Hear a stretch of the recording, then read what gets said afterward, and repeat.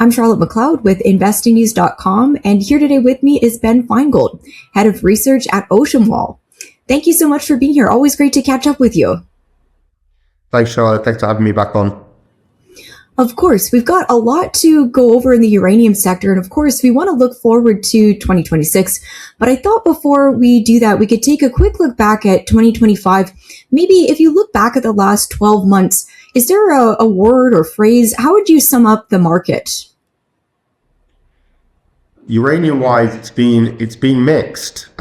Just despite sort of one-way traffic in terms of the sort of nuclear theme, the wider nuclear theme, uranium, particularly the underlying commodity prices, I would say have underperformed expectations in terms of the spot price. Well, they've definitely underperformed expectations in terms of the spot price. But that doesn't change the fundamentals of what we ultimately know is going to happen to pricing. And again, as your listeners are more than aware, we differentiate between spot and term. Spot prices not done much this year, but term prices have really started to tick higher in the later sort of quarter of this year on some meaningful volumes. But I think still it's been an incredibly positive year for the underlying equities. The equities across the board have had very strong years, despite the fact that the spot price hasn't moved meaningfully. So hopefully 2026, we get continued sort of positive news flow and ultimately we start to see that positivity move into much higher pricing. I think that's a good way to sum up the year that we've had, and for everyone just to remember the underlying story remains so strong. And you've given us a lot of pathways that we can go down. I wanted to start on the demand side, particularly with the utilities, because I think over this past year, the theme that I've been hearing is that they need to come to the market and start contracting, but they're not doing it to the extent that many people expected that they would in 2025. So I wondered if you could go into the activity we're seeing from the utilities and maybe why it hasn't been as active as people had expected. I think 2025 we will look back on as the year where two things have really changed, and this is with a particular view on the US and the Western world. We have seen massive regulatory reform from nuclear regulators. So let's focus on the NRC for a second, the nuclear regulator in the US. Their entire reason for existence is to facilitate new nuclear in as safe a way as possible. In my opinion, they have done nothing but prohibit new nuclear for the last 2.5 decades. And that has fundamentally changed. And I've been lucky enough to see that with my own eyes over the course of this year, that the NRC have become much more focused on how do we build new nuclear. I think the second thing that's changed is funding. And ultimately, the US government, the recent pledges, $80 billion to Westinghouse, $550 billion collaboration with Japan. It's all about moving beyond rhetoric and moving beyond headlines and actually starting to build new nuclear capacity. So in answer to your question, if I'm a US utility and I've been looking at the uranium market, I've been looking at the fuel markets for the last 5 years, the last 25 years, in fact, your competitors have not changed at all. You are not competing against 10, 20, 30 new reactors domestically for that fuel. And so I think the mindset of the utilities has been somewhat fair in so much as, we hear all these headlines. Biden wanted to triple nuclear capacity. Trump wants to quadruple it. 31 countries want to triple it globally. But where are we actually building new nuclear? And the answer really is just in China. And actually, if you look at existing operating nuclear power plants, that number, that sort of on a gigawatt basis has declined since 2020. So for me, looking ahead and looking backwards, what changed? Regulatory reform is definitely one part of it. Funding is another massive part of it. And I don't think that the hyperscale argument has too much weight here, because hyperscalers, yes, they're funding for recommissioning, let's say, or life extensions, but they're not going to fund first-of-a-kind nuclear power projects, would be my guess, that they're going to sort of let government take that first-of-a-kind risk and then come into sort of nth-of-a-kind. That's when the utility mindset will change. And ultimately, I think that starts now because we're going to start to see new nuclear reactors being built, which will change their competitive landscape for fuel. We saw it last month, about 27 million pounds contracted in November. That was about, it's about a third of all contracted volumes for the entire year done in 1 month.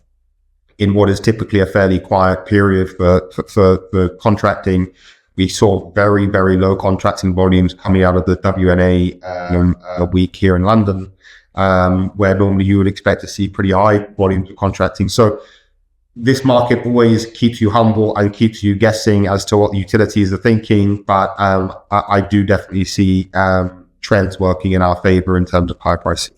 Well, and you answered my next question, which is going to be, or was going to be, when that might change for in terms of the utilities. So it seems like something that is happening right now.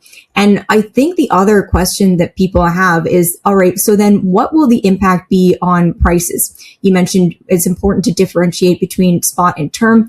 I believe they've both been, I know term has been higher this year, spot pretty flat. What, as the utilities come back into the market, would be the impact on pricing? Well, we can look backwards and say that when you had 10% of future production in jeopardy in 2007 via Cigar Lake, you saw a 300-400% increase in uranium prices. I think that what's going to matter here is the extent to which utilities are uncovered. If you listen to what Cameco say, 67% utilities are uncovered for 67% of their uranium requirements in the next 2 decades. So if you start to see utilities move in a herd together, as they often do, then the impact on pricing, spot and term, will be profound. Spot market transactions this year, I think spot have accounted for about 15%. So it's not been a bumpy year for them in terms of procurement. But what's going to make uranium prices go higher for longer is utilities. It's not going to be traders trading £250,000 here or there. It's just not a liquid enough market for them. It's going to have to be utilities where their RFPs in the term market are not getting filled. When they go out to their producers and say, guys, I need £4 million for 27 to 2030 delivery, and those phone calls say no, we are completely contracted out, and we know people like Cameco who are pretty much sold out for their uranium through 28, 29. When those contracts don't get filled, you're forced into the spot market for near-term delivery. And when you start to see utilities moving into the spot market in numbers, that's where we're going to see $100, $150, $200 a pound uranium prices, and they'll stay up there for a while. Right. And in terms of the utilities, I wanted to talk a little bit about the life extensions that we're seeing. I think maybe in the past there's been more focus on new reactors, et cetera, and now we're hearing more about these life extensions. I wondered if you could talk about how impactful that is going to be for the market moving forward. So the life extension story is profound because it's near-term demand for uranium. So these reactors that run down inventories to zero in terms of their fuel, that are then being told they want to operate, or that there's someone there, wanting to operate them for another 20 years. They then that creates new incremental demand straight away. That is not like we want to build a new nuclear project in Illinois and it might come online in 2033. So let's start contracting for our fuel at 28 or 27. That has been the low hanging fruit for, let's call it additional nuclear capacity, because it's not new nuclear capacity, particularly in the US. But inherently, extensions, restarts, they are finite by their very nature. So when we think about the amount of new capacity or the amount of additional capacity that can come online from those, we're definitely not there yet. We're going to see many, many more extensions for many years to come.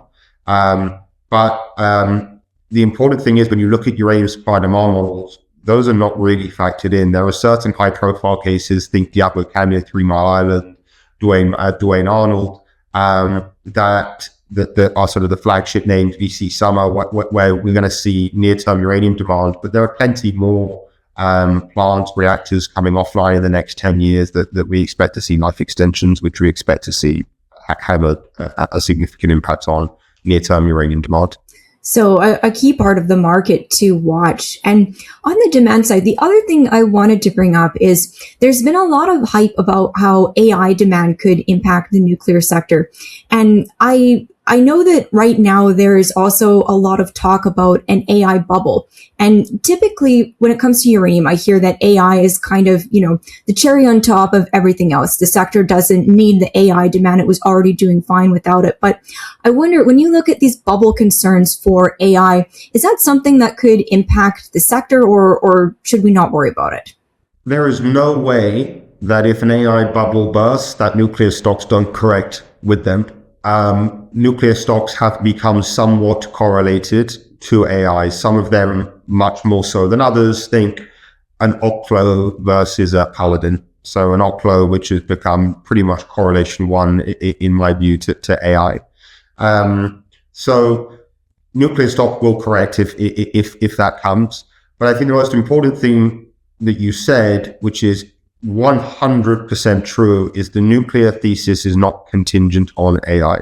There was a nuclear renaissance long before the hyperscalers and their ferocious appetite for power came to the grid. They are, yes, the least price sensitive customers on the grid, but even they're not willing to underwrite first of a kind risk. They're looking at the low hanging fruit, like Microsoft in 3 Mile Island. So if that bubble bursts, then we might see a temporary correction. And I think that actually it could be the end for some names that have that very high correlation to AI. And there are these companies that you talk about, when there's an AI boom, everyone's an AI company. When there's a nuclear boom, everyone's a nuclear company. And there are certain nuclear companies out there that are just not real nuclear companies that are trying to hop on this sort of bandwagon. So those are the companies that I would be wary of, sort of heading into whether you take a view that there's an AI sort of bubble burst coming. And actually, when you own high quality nuclear names, high quality nuclear fuel names, upstream, downstream, and these things correct 10, 15, 20%, whatever they correct, if and when this eventuality comes, then that's an amazing buying opportunity, which this sector tends to hand you a couple of times a year. Non-fundamental, indiscriminate sell-offs across quality names and low quality names. Right. That's what I was thinking as you're talking. It sounds like that would be a buying opportunity, but as you said, not for everything. So maybe it's a good time to ask where your focus is right now. Where do you see the most value in the uranium equities at the moment?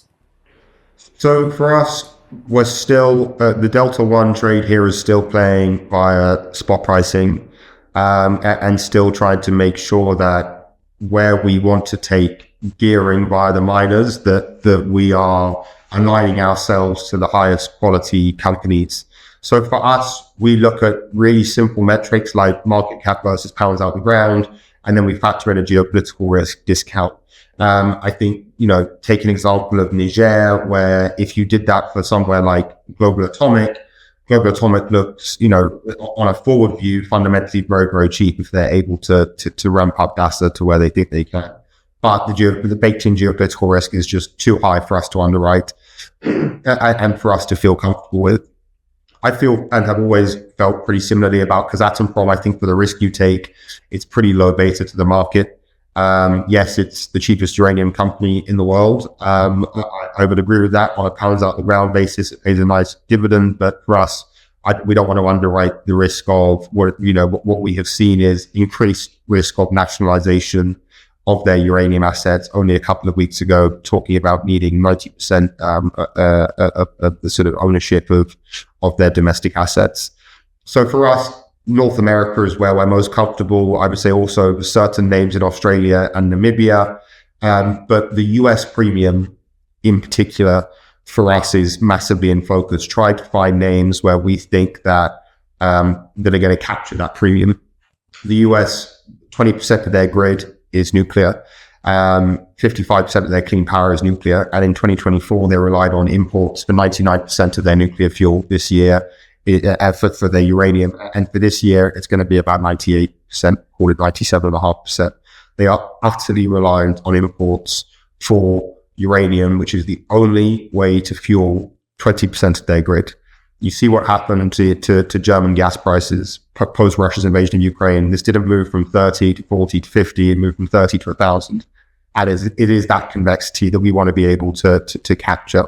So US uranium names absolutely in focus. And I think as well, Canadian, you can put into that, and probably Australian to sort of a third derivative. But I think the US names are where you can really capture the premium. Names like, we think massively underappreciated names like Premier American Uranium, which basically gets treated like an exploration company in terms of its market cap, but has 18 million pounds in the ground. We have a relationship with them, to be clear. But for us, that's a name where we have complete conviction. We love any US producers that can genuinely produce uranium, because they're the ones that are going to be able to capture pounds, but we're also very happy to take some exploration risk where we have high conviction. And then just finally looking sort of up towards the enrichment side, very few ways to get public market exposure to the enrichment theme: Silex, Centrus, ASPI, sort of QLE. For us, ASPI has been unloved for too long now, despite the fact that their crown jewel via their TerraPower agreement for $3.75 billion worth of HALEU remains inside the business. That for us remains an exciting way to play this theme. Centrus has made great strides in its HALEU business, getting, I think, over a ton of HALEU now produced, but for us has some drawbacks in terms of capital efficiency of centrifuges, and Russia accounting for about 90% of revenues. And again, we commend Silex on achieving TRL6 this year for their laser-based enrichment methods. So these are all companies that we watch and monitor on a daily basis. That's a great overview of how you're looking at the sector right now. And I appreciate that you go up and down the chain there. So thank you for that. I do want to go back to what's happening in Kazakhstan with the subsoil use code. You mentioned that was a couple of weeks ago, quite a big change over there. I was trying to read up on this, and it's a little bit tricky to get information. So I wondered if you could break down what's happening there and the potential impact for the uranium market. So Kazakhstan is 40% of global uranium supply. They are just the 800-pound gorilla in terms of uranium production. And what they're doing, I don't think is anything out of the ordinary. They are trying to monetize that dominant position that they have in uranium markets. We saw it last year with the mineral extraction taxes that they placed on producing assets in the country, which I think took Cameco by surprise. That sort of ramps up over the next couple of years. And then what we've seen now with changes to the subsoil use agreement is essentially when a JV comes up for renewal, the Russians own about 20% they have JV interest, about 20% of all production, all assets in Kazakhstan. The Chinese about 5%. Orano, Cameco will have interests. When those contracts come up for renewal, essentially what they're saying is Kazakhstan will be taking at least a 90% ownership in those. Now, as I understand it, there are exemptions to that, particularly for sort of technology share around conversion and enrichment. So Kazakhstan or Kazatomprom have always made it clear that their intention is not just to be a uranium mining business, but to be an integrated nuclear fuel supplier to the world. And so anything that, let's say, the Russians can do to export conversion enrichment technology to Kazakhstan is where I think you can go down to about 75% ownership. This is about Kazakhstan taking control of their assets, as they have said. Legacy assets, legacy agreements that had been signed back in the 90s were not favorable enough to the country, and this is about them not letting that happen again. Ultimately, this comes down to the fact that they have a significant reduction in production capacity coming quite soon. Unless they're able to bring online new large assets, the production profile for Kazatomprom really looks almost linear to the downside between now and 2050. So it's about trying to diversify away from that, and also to capture what's going to be in our view, a generational moment for nuclear fuel, and to be able to monetize that properly. Well, and that's interesting. So would you see bigger producers right now going out to acquire smaller companies? Is that something you think is on their mind at the moment? Consolidation will play a role for sure. I think, again, something that the market is not talking about enough is China. China operates basically a strategy where they that they can produce a third of their uranium domestically. They want to have JV interest in international uranium assets for a third of what they need domestically. And then they buy in the market a third of what they need. And they're actually only producing about 9% of what they need domestically for their reactor fleet. So they're really relying on international JVs to be able to sort of fill that gap. And there's obviously a lot of collaboration between them and the Kazakhs. Their uranium company, which is a subsidiary of CNNC, went public at a $20 billion, at the end of the day, it was a $20 billion valuation. The shares are up about 250% on the day. They said their intention is to go out, and they started off mainly in Inner Mongolia and with domestic assets with the money that they raised. I think it was about 500-600 million.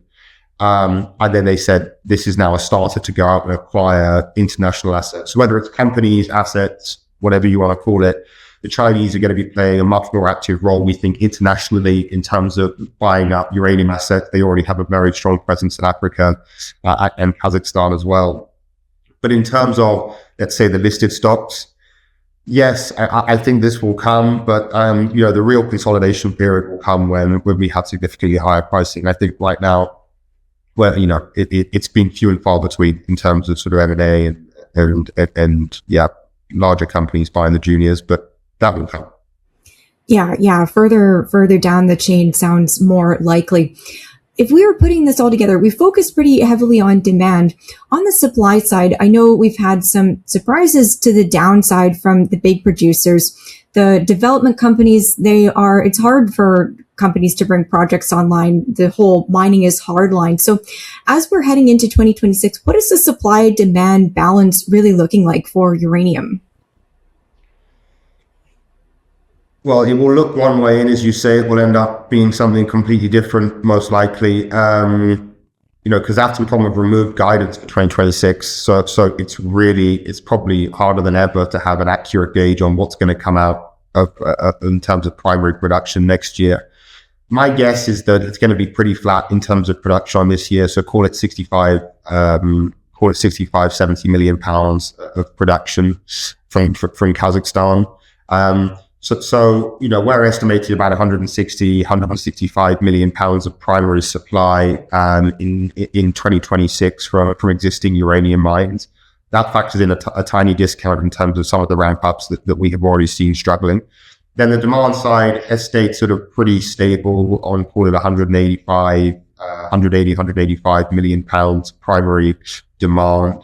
So there still exists, call it a 20 million pound deficit in the market. We see this as a cumulative deficit between now and 2035 of about 300 million pounds. Ultimately, this can be exacerbated by various things, which is new mines coming off, new mines trying to come online, not meeting those production ramp-up schedules. And actually, when you look at existing primary supply, that actually starts to fall from existing mines next year.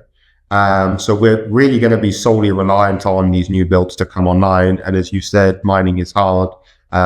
Even brownfield sites that have got historic data sets, they've got historic labor force, they've got everything they need, they've got the pricing incentives. These guys are all struggling to meet ramp-up targets. So why should next year the Denison's be any different? Yeah, that's a tricky situation to watch. And is it really these ramp up struggles? Is it really just a case of mining is hard, or is there anything specific that's going on here that people should be aware of? So high level, there's not a commodity in the world where you see prices go up 4 times as they have since the late teens, and you've seen supply increase 25-30%. It doesn't happen in any other commodity. So what is it that makes that so difficult? The truth is because we don't build uranium mines. We don't have many. 62% of global uranium production comes from just 10 mines. You just have 2 operating mines in Canada. They're over 20% of global production. So you have this very, very high concentration risk and ultimately a concentration premium because people don't really know how to license, how to permit these mines. Uranium is classified as a Class 7 transit material. This makes the permitting process much more complex versus a precious metal because ultimately of what it can be used for. And And there's not a regulatory framework where you'll have a regulatory framework in South Africa or a regulatory framework in Canada that they sit there all day and they just approve gold mines, or then they approve silver mines and copper mines and cobalt mines. That doesn't exist in uranium. We haven't actually brought online a new mine since 2016. So it's really, I think it's down to regulatory primarily, but also the fact that mining is hard is not exclusive to uranium. You see this across pretty much all metals. I just think that there is not 100 mines sat there idly waiting to come online. We are really solely reliant globally on 4 or 5 new mines coming online in the next 5 years to even come close to filling that gap. And the truth is, even if they all come online on time or budget, then there's still going to be a cumulative deficit of about 100 million pounds for the next 10 years. Yeah, I think that really helps to put it into perspective. And as we start to wrap up here, I think I always say this, uranium investors seem very savvy. They're often very aware of what's going on in the market. But for you, are there any overlooked factors right now that you think people should be aware of it heading into 2026? I think that the Kazakh news fell on deaf ears completely. This is about the Kazakhs, really the next stage of nationalizing their uranium assets. Market didn't really seem to care about that. We monitor Kazakh uranium exports. They're really exporting the overwhelming majority of their production to just China and Russia alone. I think people don't talk about India nearly enough. India, for a country that wants to increase nuclear capacity tenfold by 2047, has not started its procurement program. You sort of started to see more of a collaboration between them and Cameco for, I think it was a $2.8 billion contract. I think that slightly fell on deaf ears. And I also think the China news about their national uranium company from CNNC, market's not talking about the fact that China has just raised 600-700 million. And they said this is a starter and we're going to go out and buy as many uranium assets internationally as we possibly can. The fact the shares were up 280% on debut when I last looked shows you exactly what the domestic institutions in China thought about that deal. So there's a few things that don't get the mainstream coverage, but ultimately, and maybe a fourth thing is term volumes, a huge spike in term volumes for November. And ultimately, we're now at $86 a pound term pricing. We had a year-end target of $90 a pound for term prices. I wouldn't be surprised to see somewhere pretty close to that when we get numbers on the 29th of December. Certainly, I think all of those sound like important factors to watch. And I'll let you go unless you had any final points that you wanted to leave investors with when it comes to uranium. I think the final thing is we've had a great year. Uranium equities have had a great year and spot prices haven't really moved. So there is no reason why this positive momentum will not change next year for nuclear. Whatever volatility we're going to have in AI is going to happen. That's just the kind of sector it is. The nuclear thesis is not going anywhere anytime soon. So anytime that you get those non-fundamental opportunities to be buying these stocks, it just goes back to that fundamental research that we do, that I'm sure your listeners will do. This is going to be a generational opportunity for us to invest in uranium. There is no other commodity that behaves like it. And I think that next year we're going to get our double bump of higher pricing, favorable market conditions, strong fundamentals, positive news flow. And it's going to come together and it's going to be another good year for uranium equities. Well, I really hope so. And thank you so much for coming on to go over what's happening in the market. This was great. Absolutely. Thanks for having me on again, Charlotte. Of course. And once again, I'm Charlotte McLeod with investingnews.com. And this has been Finegold with Ocean Wall. Thank you for watching. If you like this video, make sure you hit the like button and subscribe to our channel. We'd also love to hear your thoughts, so leave us a comment below.